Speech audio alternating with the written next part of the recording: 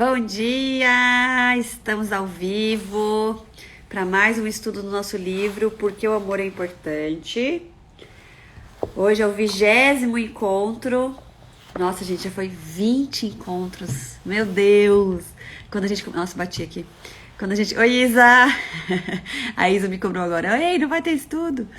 Eu me atrasei, desculpem, mas tá tudo certo. Vamos estudar. A gente já tá na página 120 desse livro. É um livro maravilhoso. Eu não vou ficar falando sobre ele de novo. Quem quiser escutar as aulas anteriores, assistir as aulas anteriores, a gente tá lendo no nosso ritmo. A proposta é realmente esse comprometimento de eu poder estudar com vocês, porque aí a gente vai, né, trocando, conversando. Vocês podem trazer comentários aqui, podem trazer dúvidas. Quem estiver assistindo agora no YouTube também, quiser escrever pra mim, me escreve, eu respondo. Quem estiver assistindo aqui no Instagram, manda direct, eu respondo. Inclusive, agora que eu lembrei que teve uma pessoa que me escreveu que na hora eu não consegui responder, mas... Ai, olha que legal, quando terminar o livro a gente precisa fazer uma festa. Ótima ideia! A gente podia fazer um encontro de encerramento, né? Ai, adorei, ótima ideia. Então nós estamos na página 120 e a ideia é que realmente a gente possa estudar. Então a gente possa questionar, olhar, pensar, refletir se é isso, se não é isso. E realmente entrando em contato mesmo com coisas que muitas vezes tira a gente daquela nossa verdade absoluta, do que a gente sabe das coisas, do que a gente cresceu ouvindo, né? E vamos atrás de dados, informações mais atualizadas da ciência, da psicologia e de todas as linhas que podem nos assessorar nisso, né? Eu vou mandar aqui o convite para algumas pessoas, porque como eu atrasei, provavelmente a galera já achou que não ia mais ter nada. E sabe como é que é, né? A gente tem tanta demanda, tanta coisa acontecendo ao mesmo tempo. Ai, queria mandar pra Bianca também, que tá sempre aqui.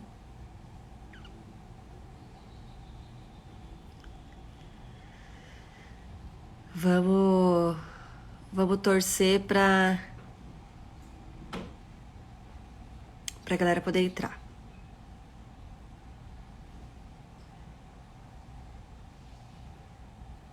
Bom, mandei. Então, vamos lá, vamos continuar a nossa leitura. Então, qual que é a ideia? Eu vou lendo e aí a gente vai comentando. Eu vou comentando as coisas que me dão vontade de comentar. E vocês também podem escrever aí, você olha, quando falou aquilo. Ou vocês podem até pedir aí a voz pra gente conversar. Vamos ver como é que vai ser. Então, nós estamos na página 120. O capítulo é o capítulo 5. Não, peraí, será que vai ser o 5 ou se é... É o capítulo 5. Tentando não sentir as ligações entre a regulação emocional inicial e o sistema imunológico, tá? A gente tá falando sobre o que acontece com o nosso sistema imunológico, com a educação que a gente teve desde lá de pequenininho. Até a parte 2 é bases trêmulas e suas consequências. Então a gente vai olhar para as consequências dessas bases trêmulas, né? Dessa falta de apego seguro no começo da vida, desde a gestação, das cobranças e assim por diante. Suscetibilidade à doença. Na atualidade, a teoria da personalidade do câncer não está mais em voga. A teoria preferida nos dias de hoje é a da personalidade propensa à doença. Isso se dá basicamente porque uma grande variedade de doenças parece ter raízes subjacentes semelhantes na supressão emocional. Então, ela está contando que a mãe dela teve câncer e que, na época, começou-se uma pesquisa sobre a personalidade do câncer. Que pessoas que desenvolvem o câncer, né? Sendo que ela olhava para a mãe dela com câncer e não conseguia admitir que ela tinha câncer.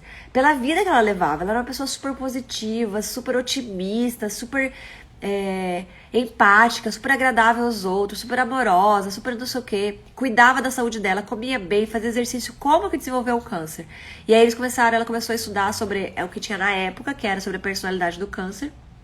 E começou a entender que poderia ter muito a ver com essa ideia de você suprimir as suas emoções e aquele tanto de hormônios que a gente produz no nosso dia a dia, principalmente desde pequenininho, onde a gente aprende esse padrão de como lidar com as emoções, né? Então ela tinha uma mãe muito rígida, muito opressora, que não deixava ela sentir, não deixava ela ter contato com essas emoções, então ela aprendeu a engolir tudo isso, e tudo isso são produções bioquímicas que ficam lá guardadas no organismo e que podem trazer essas propensões para doenças, né?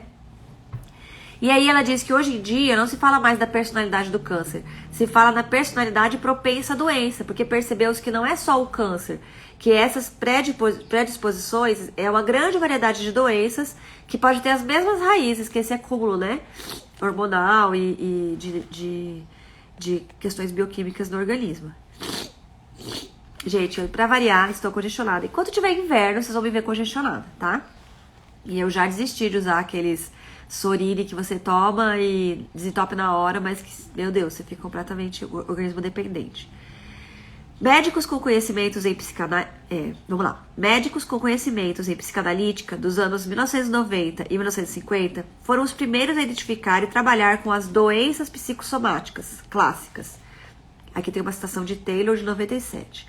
Eles acreditavam que essas doenças eram causadas por sentimentos insuportáveis ou conflitantes, que precisavam ser descarregados.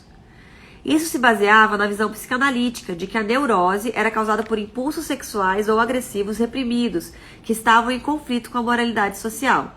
A cura era trazê-los à consciência. O novo paradigma da regulação do afeto oferece a visão de que não é tanto a repressão de nossos impulsos sexuais e agressivos primitivos que nos empurra em direção a problemas de saúde, mas uma falha em experimentar e tolerar todos os nossos sentimentos, mantendo um estado de equilíbrio do organismo.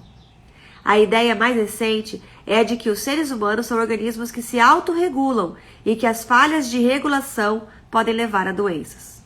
Olha que interessante, gente. Antes acreditava-se, né, como veio pela psicanálise, que... Oi, Mari, nós estamos na página 120. Você comprou o livro? Que gostoso. Estamos na página 120 do livro, porque o amor é importante, tá? Então acreditava-se, como os psicanalistas foram os primeiros a olharem para essa ideia da doença psicossomática, acreditava-se que essas doenças eram causadas por sentimentos insuportáveis ou conflitantes que precisavam ser descarregados. E se baseava naquela visão da psicanálise de que a neurose era causada por impulsos sexuais ou agressivos reprimidos, tá? E que isso causaria essa questão das doenças, né? Que eram psicossomáticas. O que hoje já se sabe é que o ser humano é capaz de se autorregular. O seu organismo, o seu cérebro, tudo é capaz de se autorregular, de dar conta da sua produção e de se reequilibrar. Mas que isso pode, que a falha dessa regulação que acontece desde bebezinho, quando eu aprendo desde bebezinho como me autorregular, quando eu não deixo isso fluir da forma mais saudável possível, pode sim trazer então a causa de doenças, tá? Então, não tem a ver, hoje já se sabe, os estudos já se mostram que não tem a ver com impulsos sexuais e agressivos reprimidos. Não é só isso. É qualquer sentimento, qualquer impulso emocional que o nosso organismo, nosso cérebro principalmente, tem para lidar com as coisas da vida de sobrevivência. Nós precisamos aprender um caminho de autorregulação disso. Quando a gente não aprende um caminho de autorregulação, de deixar isso em equilíbrio, e equilíbrio não é fingir que tá tudo bem, equilíbrio não é isso, gente. Eu já falei isso em outras lives. Equilíbrio é isso aqui, ó. Eu sinto, daí eu trago de volta para algum lugar, daí eu uso de alguma forma, daí eu lido com isso, daí eu olho para isso, daí eu entendo o porquê, daí eu entendo a causa. Essa autorregulação, que é eu comigo mesmo, precisa ser aprendido. Nós precisamos aprender isso com os nossos pais, com os nossos cuidadores primários. E quando a gente não aprende isso, a gente aprende a calar isso. Ou a gente não aprende nada, a gente simplesmente explode, põe pra fora de qualquer jeito, porque ninguém nos ensina a ser autorregular. E como que a gente ensina o outro a ser autorregular? Sendo seu autorregulador externo, a criança aprende pelo exemplo e não pela ordem. A gente tem uma falha nesse processo de autorregulação, que é o que acontece com a grande maioria de todos nós hoje na sociedade. Por isso que a gente tem tantas doenças psicossomáticas, por isso que a gente tem tantas questões das relações humanas, né? Tanto desrespeito, tantas explosões, tanta agressividade, tanta violência, porque a gente não sabe lidar, a gente não sabe se autorregular de verdade. Uma vez que você começa a pensar em si mesmo como um organismo com muitos sistemas interconectados que fornecem feedback um ao outro e se regulam entre si, você pode começar a apreciar a parte que os sentimentos podem desempenhar na doença física. As emoções são essenciais para a autorregulação. Se a resposta biológica do organismo a outras pessoas e situações são a resposta biológica do organismo a outras pessoas e situações. E essa resposta pode ser uma base útil para reflexão e um guia à ação. Uma pessoa age de algum jeito com a gente, o nosso organismo biologicamente já reage, que é a nossa emoção, tá? Então a nossa resposta biológica a uma pessoa ou uma situação são as nossas emoções, tá? Essa resposta é uma base útil para nossa reflexão e para a gente pensar como que a gente vai agir. Então a gente precisa olhar para ela. Entretanto, quando as respostas emocionais são suprimidas, você está interferindo no fluxo das informações. Torna-se muito mais difícil se comportar de modo flexível. A adaptação às pessoas e situações se torna uma questão de usar as diretrizes externas ou conceitos abstratos. Não pode bater no amiguinho, não pode puxar o brinquedo, não tem que dividir, tem que compartilhar, tem que não sei o quê. Ou seja, não tem nada a ver com o que você está sentindo, o que você está sentindo tanto que eu nem cogitei perguntar pra você o que você tá sentindo, por que você tá agindo assim, o que aconteceu, o que aconteceu aqui pra você se sentir ameaçado, que isso que você tá sentindo tá tudo bem, é isso mesmo. Não, em nenhum momento a gente aprende a olhar pros nossos sentimentos, a gente aprende o que a gente deve ou não deve fazer, socialmente falando, no sentido de aceitável, no sentido de regras e conceitos muito abstratos mesmo, né? Porque na prática, tá, o que eu faço com essa raiva que tá dentro de mim, então? O que eu faço com esse ódio que me deu, que essa criança veio pra cima de mim? Não sei o que você faz, eu sei o que você não pode fazer. Então, a gente realmente não dá caminhos para o nosso organismo aprender a se autorregular, né? Então, a adaptação às pessoas e situações torna uma questão de usar as diretrizes externas ou conceitos abstratos, em vez de lidar com as informações internas, levando a um comportamento rígido. Também impede o fluxo de informações entre seus diversos sistemas internos, tornando mais difícil para eles se ajustarem aos níveis de compostos bioquímicos e manter o equilíbrio interno. Os sentimentos sempre são tanto biológicos quanto sociais. Quando o sentimento surge, existem alterações fisiológicas que ocorrem no sistema nervoso, sistema endócrino e outros sistemas da pessoa, junto com os pensamentos que vêm à mente. Se esses pensamentos forem afastados, uma importante fonte de feedback regulatório é perdida. Por exemplo, quando você suprime a raiva, seu corpo e seus vários sistemas permanecem despertos e bioquimicamente estimulados. Mas se você se recusa a tomar consciência de sua raiva e não a expressar para a pessoa que a ofendeu, você perde a oportunidade de consertar algo que está errado e de liquidar as respostas bioquímicas, musculares e autonômicas que já foram desencadeadas. Tem uma citação aqui. Isso torna mais difícil recuperar o equilíbrio e acalmar a excitação de volta a um nível normal. Olha que interessante, gente. Ontem eu tava falando com a Martina e com a Aurora no quarto. E aí a Aurora tava sem dormir. Ela não tinha dormido de tarde. Ela tá nessa fase agora bem desafiante. Ela tá com quase 3 anos. Então ela não quer mais dormir de tarde. E eu preciso me esforçar muito pra dar condições para que o organismo dela se entregue. Porque essa é a ideia, né? A criança não luta contra o sono. Se ela tem condições, se o organismo todo está em condições para dormir, o cérebro dorme. Acontece que normalmente a gente não dá condições, as coisas acontecem. Por exemplo, a Martina tava brincando, tava todo mundo brincando, tinha um amiguinho aqui, tinha isso, tinha aquilo, a gente ia sair depois, eu tava eufórica, eu não queria deitar com ela na cama, apagar a luz, estar ali, dar essas condições. Eu queria que ela dormisse. A filha, você tem que dormir, isso aqui. Ela não vai dormir. O cérebro dela não tem condição nenhuma de se entregar. Então ela não dormiu de tarde. E ela tá nesse momento agora que ela não quer mais dormir de tarde, porque ela já tá entendendo que tem muita coisa acontecendo, ela quer participar de tudo, etc e tal, e eu não dou as condições apropriadas. E ela então já tava no fim da noite muito já cheia de adrenalina, cortisol no organismo, de coisas que dificultavam ela dormir, e ela fica mais nervosa, lógico. E aí aconteceu que a Martina empurrou ela com o pé, a Martina tava brava e tal, colocou o pé embaixo da coberta e empurrou ela, e ela virou e bateu na Martina, não me empurra. E eu falei pra ela, Aurora, bate na cama então. Se você quer bater, se sua mãozinha tem muita vontade de bater, bate na cama e fala, igual você falou, muito bem. Ela falou assim pra mim, tem que falar brava, né, mamãe? Eu falei, não tem que falar brava, filha, mas se você tá com muita vontade de falar brava, você pode falar brava. Mas você não pode ofender a sua irmã, não pode machucar ela, nem no coraçãozinho dela não pode machucar, nem o corpinho dela não pode machucar. Então você pode dizer, eu não quero que me empurre. Limite, é o meu corpo. Você pode dar o seu limite, você pode fazer colocando isso pra fora de uma forma que você precisa colocar. Se você precisa colocar falando brava, fala brava. Se você acha que você não precisa, se tá tudo bem, se foi só... você pode dizer, Mar, não me empurra. Mas demonstre o que você tá sentindo sem machucar os outros. E aí foi muito bonitinho, porque daí, logo depois ela empurrou de novo, ela olhou pra Martina e falou, eu não quero que me empurre. Assim, né, mamãe?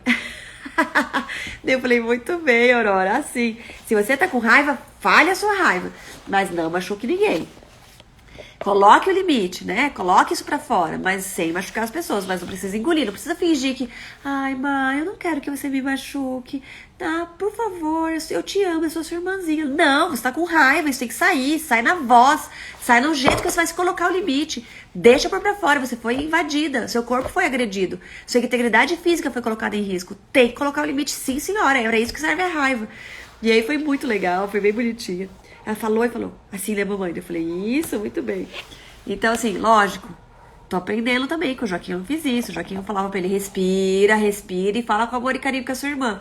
Cara, tem horas que não é falar com amor e carinho, tem horas que é limite. Até eu conseguir respirar, me acalmar e falar com amor e carinho, eu já levei 500 mil chutes da minha irmã, que tá ali nervosa, mexendo as pernas, chutando e assim por diante. Né? Então eu não posso machucar ninguém, mas eu preciso usar essa raiva pra defender a minha integridade física, pra colocar o meu limite. Nem que seja a minha raiva, eu uso pra ter energia pra pular da cama e sair de perto de quem tá me agredindo. Né? A Martina às vezes fala, mamãe, a Aurora tá puxando meu cabelo. Eu falo, usa a sua força pra sair daí. Tira a mão dela. Não precisa bater nela, não precisa machucar ela. Mas essa raiva que você tá sentindo que ela tá te batendo é pra você se defender. Segure a mão dela, saia de perto. Use a sua energia pra sair mais rápido que ela. É pra isso que vem a raiva, pra você ter força de se defender e sair daí. Não pra bater nela de volta. E aí ela fica, é mesmo, né? Então ela, né, vai aprendendo a lidar com isso. Mas a gente precisa olhar pra esse sentimento, aceitar esse sentimento e usar ele pra que ele veio. Né? Ele veio pra me ajudar a me defender. Pra verificar que tem alguma coisa errada acontecendo aí com a minha sobrevivência, né?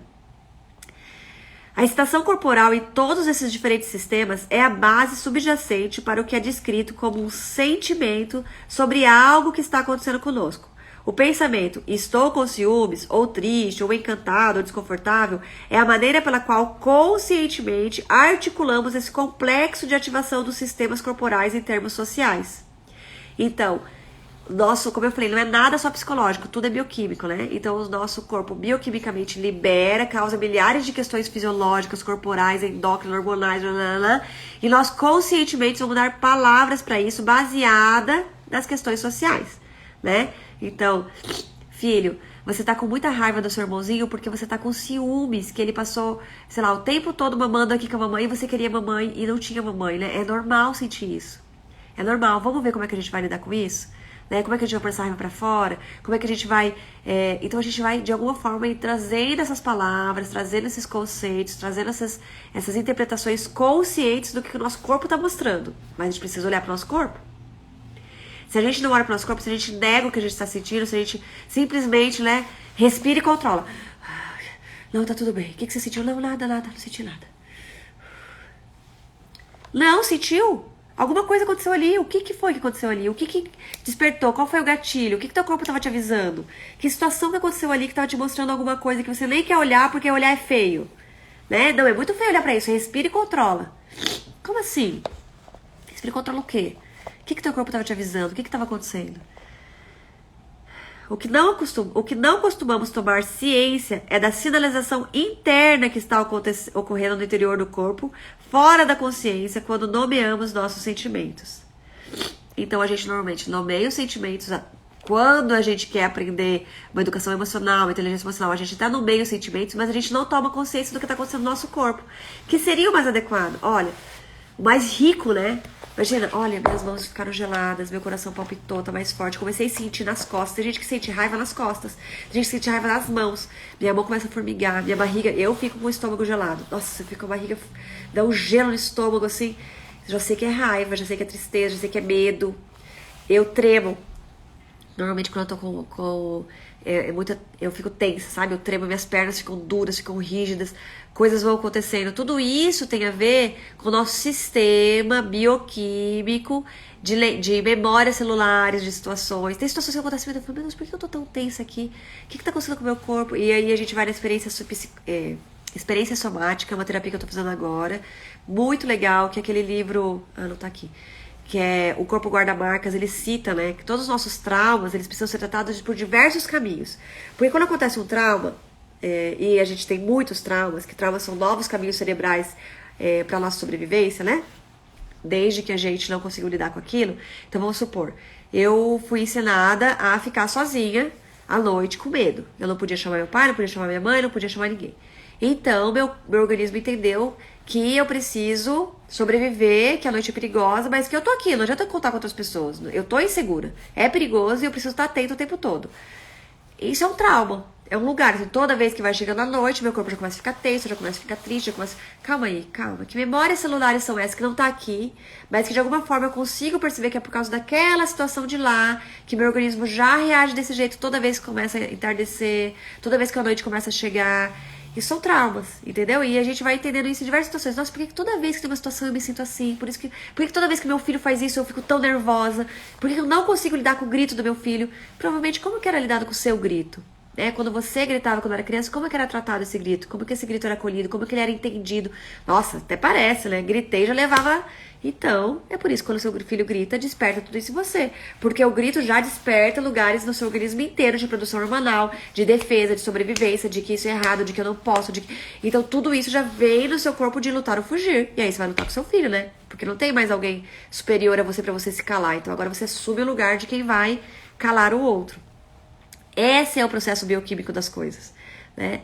E a ideia é que normalmente a gente até dá nome, nossa, eu tô me sentindo assim, porque eu tô com raiva desse grito, porque esse grito desperta em mim toda a raiva que eu sentia de não... E assim vai, ok? Mas o que tá acontecendo com o seu corpo? Como que a gente pode identificar que isso tá acontecendo? Como que eu posso começar a entender meu organismo? Né? Eu já senti, olha, isso que veio aqui, minhas pernas começaram a tremer, olha, eu tô me sentindo ameaçado. O que está acontecendo aqui no ambiente que eu tô me sentindo ameaçado? Será que eu posso pôr meus pés no chão e tomar consciência de que não, tá tudo bem. Não tem ameaça nenhuma aqui, eu posso respirar, eu posso lidar como adulto a essa situação. A pessoa tá simplesmente dizendo que não concorda comigo.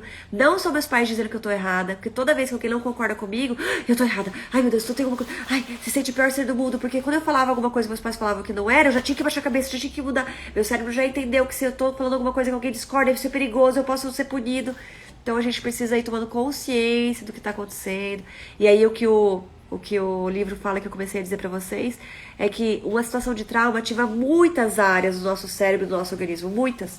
Então não é uma linha terapêutica que vai acessar todas elas, não vai curar todas elas. Principalmente porque tem áreas do nosso cérebro pré-fala que são atingidas. Que não adianta a gente ficar fazendo terapia anos falando, já faz 10 anos que eu falo sobre isso, 10 anos e não consigo me curar. Porque em muitos momentos aquilo não vai ser mais pela fala. A fala já acessou onde tinha que para acessar. Os outros registros estão em outras áreas do cérebro. Então eu preciso buscar outros tipos de terapia, outros tipos de cuidado dessas áreas do cérebro. E aí a gente tem a experiência somática, que eu tô fazendo agora, que eu tô gostando muito. Tem o próprio yoga. Tem as meditações, tem outros tipos de terapias, renascimento, constelação, reiki, tem vários tipos de terapias alternativas, medicina integrativa. O Emmanuel, eu até vou depois, não sei como é que tá o perfil dele aqui no Instagram, ele traz a metamedicina. Então, assim, tem muitas outras hoje. A ciência está cada vez mais mostrando que é possível acessar áreas diferentes do cérebro de diversas outras formas, porque é lá que estão registrados, né? Desde a nossa gestação, como é o mundo, como eu sou, como que eu tenho que reagir. E tá registrado, não é consciente. Então a ideia é que a gente possa ir acessando tudo isso. E nós, enquanto pais, possamos entender as necessidades dos nossos bebês para não exigirmos deles mais do que eles precisam dar para nós, por questões e conceitos culturais, sociais externos. Então, querer que o bebezinho não chore, querer que o bebezinho durma sozinho, querer que o bebezinho durma a noite inteira, querer que uma criança não tenha explosões emocionais, que são as famosas birras, querer que uma criança divida seu brinquedo, querer que uma criança saiba esperar, querer que uma criança não demonstre suas emoções, não bata no amiguinho, não grite, não chore, não esperneie, não pule, não fique chamando sua atenção o tempo todo. Tudo isso que a gente fala que é uma criança educada, na verdade é uma criança podada. É uma criança aprendendo, o seu cérebro aprendendo a calar as suas emoções, calar as suas necessidades, calar tudo que tem a ver com o seu autocuidado, com o seu autoconhecimento, com as suas necessidades mesmo, para atender uma expectativa social de uma criança super educada, ou seja, um mini adulto. né? Porque teoricamente um adulto sabe se comportar em qualquer ambiente. A criança não pode saber se comportar em qualquer ambiente. A criança não pode simplesmente saber dividir seus brinquedos com qualquer um que chegue perto dela, porque, nossa, como ela é caridosa. Não pode! Ela, dependendo da idade, ela nem se percebe de separada desse brinquedo. Como que ela consegue pegar um brinquedo e dar pro outro e sentir, nossa, como esse amiguinho foi feliz? Eu nem percebo que ele é um indivíduo separado, eu nem me percebi como um indivíduo separado. Como que o meu cérebro consegue se sentir bem compartilhando? Não, ele aprendeu esse caminho para se sentir amado pelos seus pais, que é a sua necessidade primária. Tudo que eu percebo que é o que faz meus pais me amarem, demonstrarem amor, demonstrarem carinho, meu cérebro entende, esse é o caminho, esse é o caminho, esse é o caminho. Negue suas necessidades, o caminho é esse, o caminho é esse, o caminho é esse. Nossa, meu bebê, você tem que ver minha criança, nossa, ele... Gente, não é sobre aplausos externos, sobre uma criança elogiada na sociedade, é sobre a gente entender o cérebro humano, sobre a gente entender que a infância é para a gente ensinar esses caminhos, né? De desenvolvimento emocional, de autorregulação, de desenvolvimento social, de empatia, mas tudo isso começa com ele mesmo. Como que ele vai acolher o sentimento do outro, a necessidade do outro, se ele não sabe que ele tem um sentimento, uma necessidade, porque sempre foi negado? Então fica sempre super superficial. Relações superficiais, né? Ah, casais, nossa, que se dão super bem, etc e tal, mas se você para dizer do seu sentimento, pronto, estoura alguma coisa. Engolem coisas a vida inteira pra ficar juntos, etc e tal, mas tá sempre falando dos seus sentimentos com outra pessoa, ou sem falar, aí vem uma doença, veio... Então são sempre essas relações que a sociedade aplaude, mas não relações de indivíduo íntegro, né, com tudo que mora dentro dele, com outro indivíduo íntegro, com essa empatia, com esse apoio, com essa constante desenvolvimento mesmo, emocional, relacional, social, psicossocial, bioquímico, biológico, fisiológico, tudo tá conectado. Tudo. Tá? Então, vamos falar agora sobre os agentes bioquímicos da emoção. Gente, concordam, discordam? Escrevam aí. Candace Pert é uma cientista que fez um trabalho inovador lançando luz sobre como as emoções podem afetar o sistema imunológico. Uma personagem excêntrica e sangue quente que ligou o mundo racional e frio da ciência experimental aos pensamentos da nova era sobre os seus sentimentos. Ela sugeriu que os agentes bioquímicos responsáveis pela informação de nossos sistemas endócrinos e neurotransmissores são as moléculas da emoção. Quando temos sentimentos, estamos experimentando algum coquetel exclusivo de ativação de hormônios, neuropeptídeos e neurotransmissores. A descoberta única de Pert foi de que isso está ocorrendo por todo o corpo e não apenas no cérebro.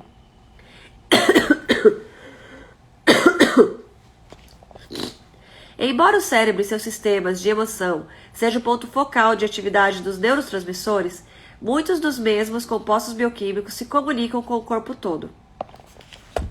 Gente, peraí que eu pedi uma água. Vovó, oi? A senhora pode pegar uma água pra mim, por favor? Sim. A minha avó tá aqui me visitando. Eu esqueci de pegar água. Achou? Tava dentro da cestinha de costura. Nossa. Depois você vê se acha bom. Obrigada. Então vamos de novo. A descoberta única de Pert foi de que isso está ocorrendo por todo o corpo e não apenas no cérebro. Embora o cérebro e seus sistemas de emoção sejam o ponto focal de atividade dos neurotransmissores, muitos dos mesmos compostos bioquímicos comunicam com o corpo todo. A serotonina, a dopamina e os receptores opioides estão presentes em locais como o coração, o intestino e a coluna vertebral.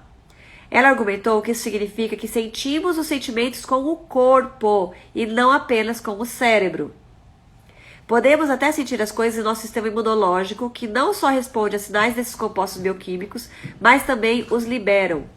Como Deepak Chopra, um dos admiradores de Pert, afirmou, se estar feliz, triste, pensativo, animado e assim por diante exige a produção de neuropeptídeos, obrigada, vovó, e neurotransmissores em nossas células cerebrais, então as células do sistema imunológico também devem estar felizes, tristes, pensativas e animadas.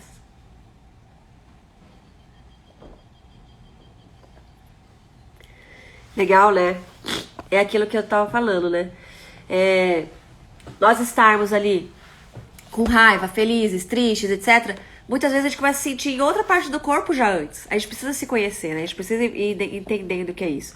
E como disse ali o Deepak Chopra, se estar feliz, triste, pensativo, animado e assim por diante exige a produção de neuropeptídeos e neurotransmissores em nossas células cerebrais, então as células do nosso sistema imunológico também devem estar felizes, tristes, pensativas e animadas.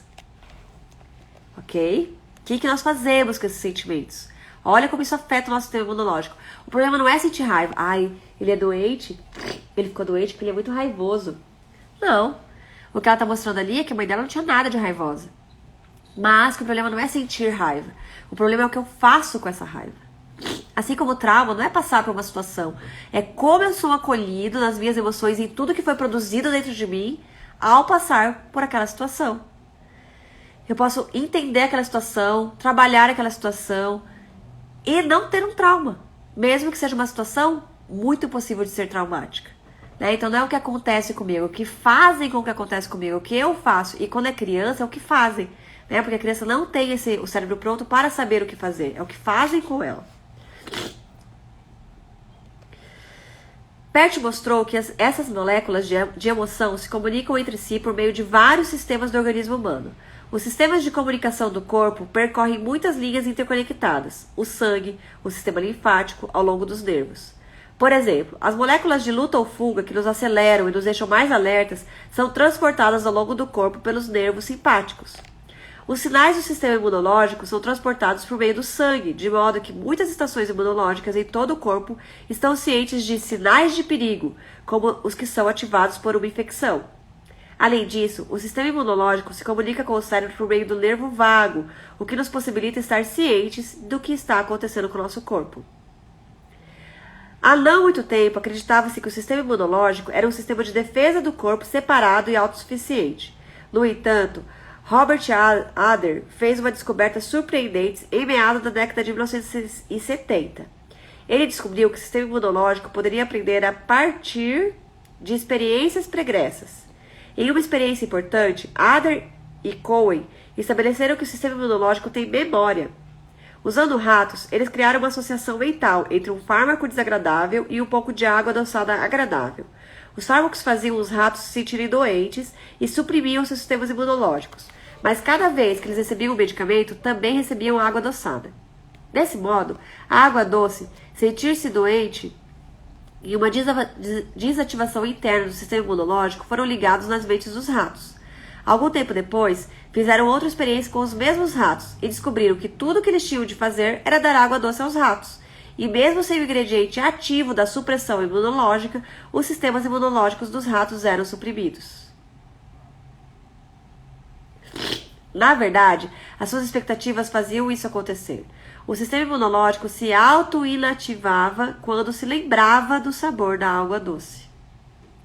O sistema imunológico, portanto, tem uma história e uma memória, assim como outros aspectos do self. Ele foi chamado de cérebro do corpo. O Goleman, em 96, cita isso. Logo após esse trabalho inovador, Ed Blalock fez outra descoberta importante, que o sistema imunológico poderia ser afetado pelos hormônios e neurotransmissores produzidos direta ou indiretamente pelo cérebro.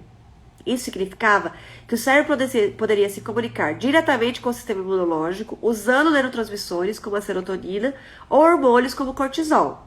O que quer que esteja passando na mente do indivíduo, pensamentos e sentimentos atuais, poderia potencialmente desencadear reações do sistema imunológico por meio de agentes bioquímicos que eram acionados por estados extremos da mente, como os que ocorrem durante situações de estresse ou depressão.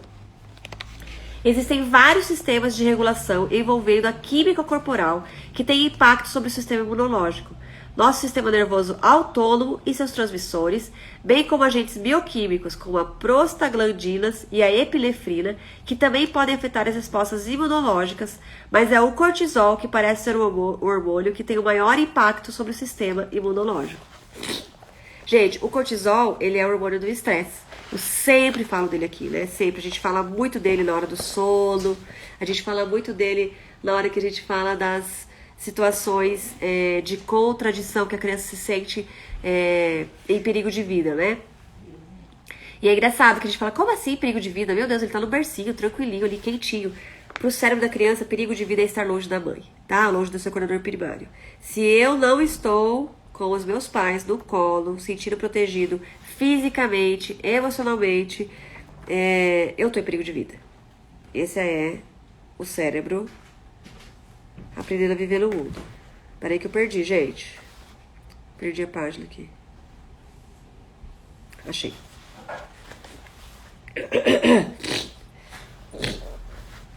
Então, resumindo, eles explicaram de uma maneira mais científica, matemática, né? Como que os sistemas vão eles são impactam um ao outro, né? Interferem um ao outro. E perdi de novo. Achei. Vou pôr uma caneta aqui. Pronto. Nesse lugar, né? De nada é só isso ou só aquilo. Mas que por mais que todos esses hormônios interfiram e assim por diante, já se sabe que o sistema imunológico, o maior impacto que ele recebe é do cortisol, que é esse hormônio que vai lidar com esse lutar para sobreviver, né? Adrenalina e cortisol, principalmente cortisol, que vem como hormônio do estresse. Então a gente fala do estresse tóxico, né? Já tem muitos estudos que falam do estresse tóxico na infância. E é óbvio que a gente tá falando assim, o estresse tóxico na infância, quando a gente vê esses estudos, a gente vê de crianças que são violentadas, que sofrem abusos constantes, que vivem em ambientes hostis, perigosos, né? A gente tá falando de crianças que estão o tempo todo, como dizem, né? Uma coisa é meu cérebro estar preparado para enfrentar um urso quando ele aparece, outra coisa é esse urso aparecer todos os dias, né? De manhã, de tarde, de noite na minha casa, ou toda noite, ou eu não saber o que vai acontecer, não saber se hoje minha mãe vai sobreviver, a criança vivenciar, né, ambientes violentos, tudo isso com certeza produz um estresse muito tóxico, né, no organismo dessa criança, e principalmente crenças de como é o mundo, né? A minha criança, ela tá sempre se defendendo, parece que ela tá sempre brigando, parece assim, como que foi a gestação dessa criança, como que foi os primeiros anos de vida dessa criança, como que ela aprendeu, que o organismo dela aprendeu que ela tem que viver para sobreviver no mundo, né? É produzindo cortisol o tempo todo, né? Impactando o tempo todo nesse sentido de defesa, né? E isso tudo vai afetar seu sistema imunológico, tá? Seja já no comecinho, seja quando criança, seja quando adolescente, seja quando adulto, a gente vai ter impactos no nosso sistema imunológico. Por isso que a gente fala de que a gente tem genes, a gente sim, tem muita coisa que é genético, mas que ativar ou não ativar esses genes tem a ver com a epigenética, que é que vida que eu levei desde a minha gestação, para o meu cérebro entendendo os caminhos de produção hormonais e produção de todos os sistemas para saber se esse gene vai ser ativado ou não vai ser ativado, né? O título do livro é Por que o Amor é Importante, de Ana. Nós já estamos na aula 20, no estudo 20, e todos os outros estudos estão salvos no meu YouTube, tá? O Sônia Andrade Oficial, tem o link aqui no minha bio, ou aqui no Instagram mesmo, nas lives, né? Que ficam salvos no Instagram também tem, tá bom? Na verdade, as duas últimas aulas eu ainda não subi no YouTube. Inclusive a Bianca nem tá aqui hoje, tadinha, ela veio me cobrar e eu acabei não conseguindo subir ainda. Os efeitos do cortisol sobre o sistema imunológico estão bem documentados. Tem aqui uma citação. Porque, bem documentados. Em essência, o cortisol instrui as células do sistema imunológico a diminuir temporariamente a resposta imunológica, possibilitando que a energia do corpo seja focada na crise atual. Isso é útil como medida temporária. Olha que legal, gente. Por que o cortisol afeta tanto, né? No entanto, quando o estresse é crônico e não se resolve rapidamente, como em um grave conflito de relacionamento ou em uma dor de longa duração, então a liberação contínua de cortisol pode ter um sério impacto sobre o sistema imunológico. Ele pode impedir os leucócitos de se mover pelo corpo. Ele mata os linfócitos, incluindo as células exterminadoras naturais, e impede que novos linfócitos sejam produzidos.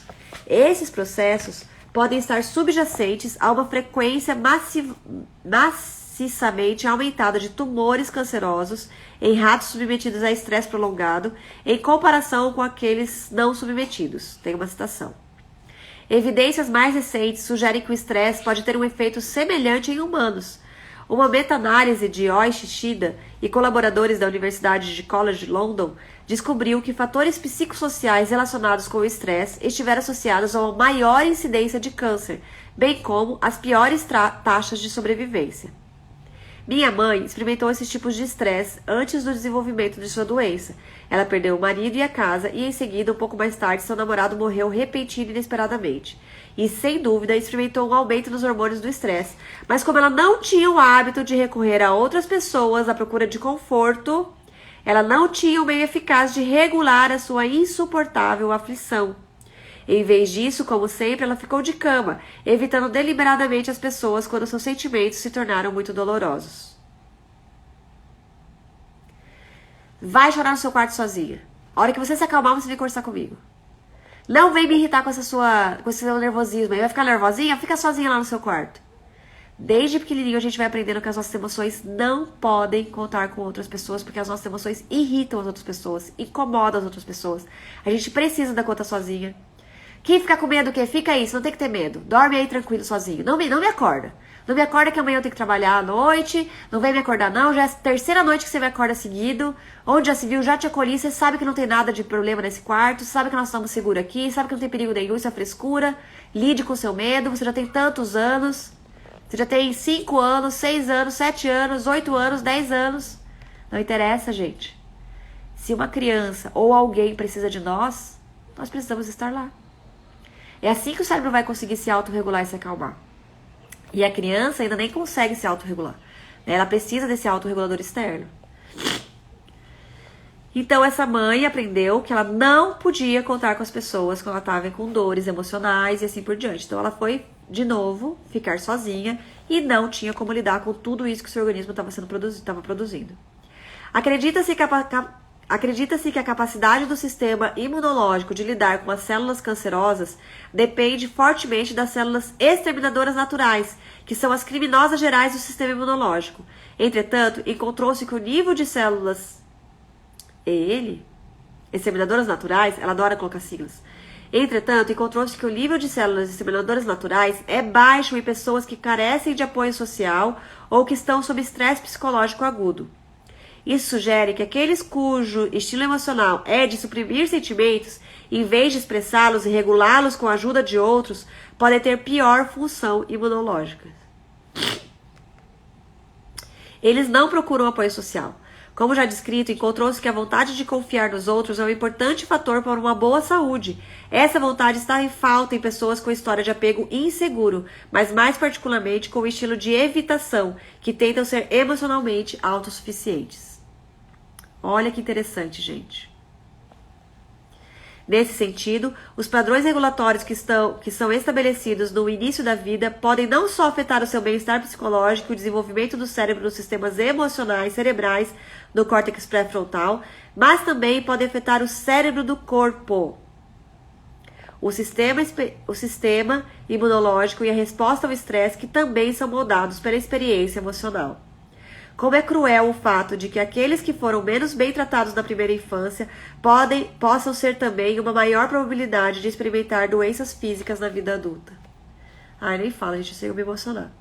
Como é cruel o fato de que aqueles que foram menos bem tratados na primeira infância, possam ser também uma maior probabilidade de experimentar doenças físicas na vida adulta. E aqui a gente vai entrar no nosso próximo estudo no caso de Dennis Potter.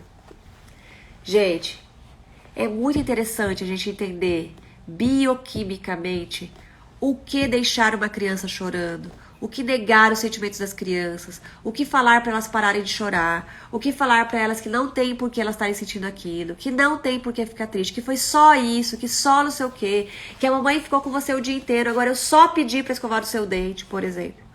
Quando a gente menospreza essas emoções, ou quando a gente ensina essa criança a não expressá-la, a negá-la, que tudo isso é errado, a não entender o seu corpo, não entender suas emoções, como que tudo isso impacta pro resto da sua vida, em tudo que tem a ver com ela.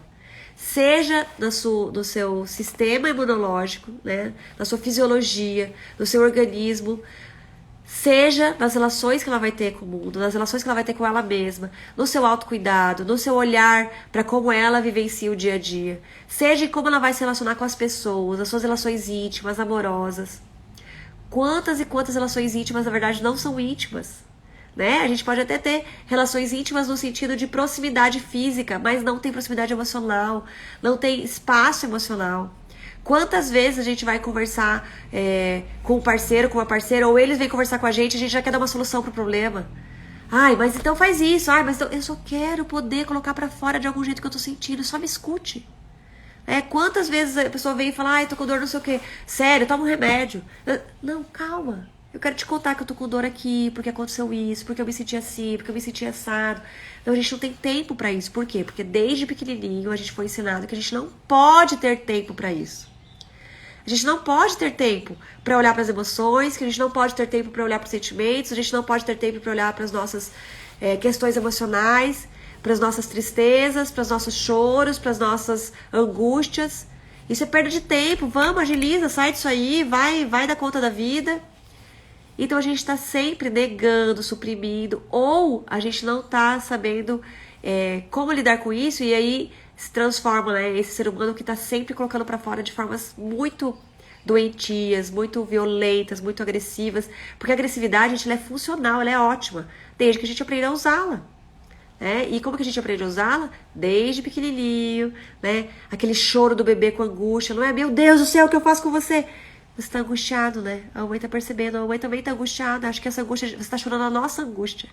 Então, a gente ir acolhendo, entendendo e olhando. Nós, enquanto mães, enquanto pais, temos a oportunidade. Isa, nossa, engole o choro, né? Acho que hoje em dia...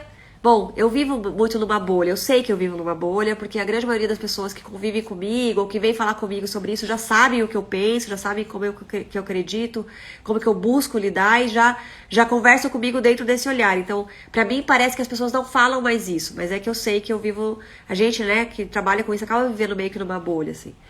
As pessoas que chegam até mim já chegam nessa busca, né? Muito difícil alguém que pensa muito diferente ou que age ainda muito diferente vir falar comigo. Então eu sei que eu vivo muito numa bolha. Mas, mesmo quando a gente não fala engole o choro, mas é isso que a gente quer dizer, a criança tá sentindo a mesma coisa, né? Eu não falo engole o choro, mas eu falo, tá bom, tá tudo bem, gente, deu, tá tudo bem, isso, vamos respirar, deu. Por que você tá chorando? O que você tá sentindo? Se tá precisando chorar mais, chora, a mamãe tá aqui. Eu lembro de uma situação que eu achei linda, de uma pessoa que contou. Ela era uma educadora parental, mas eu não vou lembrar agora quem era. Eu sigo muitas educadoras parentais aí pelo Brasil e fora do Brasil. E uma contou que a criança chegou chorando, ela simplesmente pegou a criança no colo e deixou chorar. Ela nem perguntou. A criança chorou, ela abraçou, ela falou, nossa, eu tava sentindo que era um choro de tanta tristeza. E eu senti essa tristeza junto com ela. Ela tava ali comigo, ela não precisava, não tinha um horário, uma pressa, não tinha nada. E ela chorou. A hora que ela parou de chorar, ela falou... Ai, mamãe, eu tô bem melhor. Eu tinha ficado muito triste que um amiguinho fez isso. E contou. Sem a mãe precisar ficar perguntando, investigando. E a mãe disse, nossa, filha, eu senti a sua tristeza mesmo. Eu senti que você tinha ficado muito triste. Por que será que isso te deixou tão triste, né? Será que você queria se sentir amada? Será que você queria se sentir parte daquela brincadeira e não conseguiu? Eu acho que sim, eu me senti excluída, era uma criança maior. E ela disse, como que você pode fazer a próxima vez? Vamos pensar sobre isso? Que horas que você percebeu que não ia dar? Como que você pode fazer? Será que você pode brincar de outra coisa quando isso acontecer? Porque nem sempre as crianças vão querer brincar do nosso jeito. E assim foi. Então, tanto que a gente tem pra caminhar e aprender, né? Eu fico pensando que, assim, hoje em dia eu até já consigo, muitas vezes, nem sempre, acolher o choro delas. Mas eu fico querendo entender, questionando, perguntando. Meu Deus, o que aconteceu? Por que você tá chorando, filha? Me fala por que você tá chorando. Pelo amor de Deus, o que aconteceu? Calma. Calma. Como assim, calma? Meu corpo tá produzindo mil coisas e minha mãe tá falando pra eu calma. Então eu tô errada, eu não devia estar sentindo isso, eu devia estar calma. Sabe? Então, assim, ainda tem muito a caminhar. Mas é isso, a gente vai tentando por um lado, tentando pro outro, percebendo que aqui a gente ainda não tá sendo respeitosa, que a gente ainda tá sendo violenta, mesmo não falando engole choro, eu ainda tô querendo que ele engula, eu ainda tô com raiva porque ele não me deixa dormir à noite e fica chorando, eu ainda me vem, ai meu Deus, de novo essa criança chorando, né? Ou seja, minha necessidade de dormir colocada acima da dele, que não tem a mínima ideia do que tá acontecendo, só tá sentindo necessidades ali, angústia, que a única pessoa que pode me atender são os meus pais, eu não tenho como cuidar disso sozinho, né? Cerebralmente falando, no desenvolvimento cerebral, então... Tem muita coisa aí pra gente caminhar. Mas que eu acho que a gente tendo um apoio assim, né? Científico, que traz informações bioquímicas, principalmente pra mim, que sou super cabeção, tudo tem que ter uma explicação científica pra, né, fazer sentido. Não é porque alguém disse, porque, não, peraí, aonde tá isso, o que tá acontecendo? Então, acho que dá bastante segurança pra gente continuar nesse caminho, né? Então é isso, gente. Eu sou assim com o Caetano, que nem consegue me responder. Filho, o que tá acontecendo? Está tudo bem. Nem fale, Marcelo, a gente tem um caminho longo aí. Mas muitas vezes a gente fala pra ele porque a gente tá falando pra gente mesmo, né? E tá tudo bem também. Porque ele não sabe responder ainda. Então você sabe o que você tá falando, conversando com você mesmo, né? Filho, o que tá acontecendo? A mamãe ainda não conseguiu identificar o que tá acontecendo, né? A gente tá se conhecendo juntos, a mamãe já fez isso, já fez aquilo. É mais uma fala, eu acho que é legal até com o bebezinho. Pra gente mostrando, não cobrando dele o que tá acontecendo. É você conversando, né, com você mesma e ele tá ali junto percebendo, olha, minha mãe continua pesquisando, minha mãe não desistiu de mim, minha mãe não tá cobrando de mim, ela tá continuando, né? E lógico que não é consciente isso, é a sensação. Ele sente a sua sensação de estar à disposição, interessada, investigando, tentando conhecer essa criança, esse bebê, e isso é maravilhoso, né? Diferente de a gente cobrar da criança. Meu Deus, o que tá acontecendo? Eu já fiz de tudo pra você. Como se fosse assim, pare de chorar. Então, não é exatamente o que a gente fala. É qual a intenção verdadeira por trás da fala, né? Então, é muito legal. É isso, gente. Então, esse foi o encontro 20. Terça-feira que vem, nosso encontro 21. E eu prometo que até lá eu vou fazer de tudo. Eu não prometo que eu vou pôr, mas eu vou fazer de tudo. Porque eu vou viajar e tal, mas eu vou fazer de tudo pra colocar as aulas lá no YouTube, tá bom? Me inscrevam, comentem, mandem essas lives pra mais pais e mais mães. É assim, meu sonho era que um dia todos os pais e mães do mundo tivessem, né, nós todos estivéssemos cada vez mais inseridos, né, nesse olhar respeitoso para o desenvolvimento infantil, para que a gente possa ser mais respeitosos uns com os outros, para que a sociedade seja mais respeitosa com os outros, para que a gente possa se curar. Porque nós pais, nós mães, gente, quando a gente tem a nossa criança, quando tudo isso vem à tona, a gente tem a oportunidade... Peraí. Vou falar de novo. Quando a gente se torna mãe e pai, e a gente tem esse contato, ou esse cuidador primário, né? E a gente tem contato com essa criança que desperta na gente tanto angústia, dores, medos, raiva, desafios emocionais. É a nossa oportunidade de olhar para isso. Porque a gente quer fazer isso por eles, né? Então são oportunidades maravilhosas. A gente tem que entender como oportunidades mesmo e olhar para isso e buscar cura, buscar terapia, buscar olhar, buscar cuidado, buscar se acolher, buscar acolher a sua própria criança. Eu adoro quando a Martina começa a gritar e eu estou bem e eu consigo abraçar e dizer: grita tudo que eu não gritei, filha, é isso mesmo, põe pra fora. Põe pra fora porque eu queria muito ter gritado e eu não pude. Então, obrigada por permitir que eu acolha a minha criança. Alcioninha, tá tudo bem. Tá tudo bem, pode pôr pra fora agora. A Martina tá podendo também. E nós vamos acolher isso, né? Então, são coisas que a gente tem oportunidades. Mas a gente precisa ter cada vez mais conhecimento e consciência para fazer isso de uma forma cada vez mais assertiva, né? E não simplesmente a gente abrir mão dessa educação emocional e ir para um lugar de negligência ou de permissividade, onde, né, a emoção pode ser colocada para fora de qualquer jeito, a qualquer custo, em qualquer lugar e simplesmente colocada para fora, ao invés de a gente usá-la de uma forma útil, de autoconhecimento, né, e de reencontrar um equilíbrio verdadeiro para o nosso organismo, né? Então é isso. Beijos, oi Carol, oi Mari, que gostoso que vocês estão aqui também. Um beijo e até semana que vem.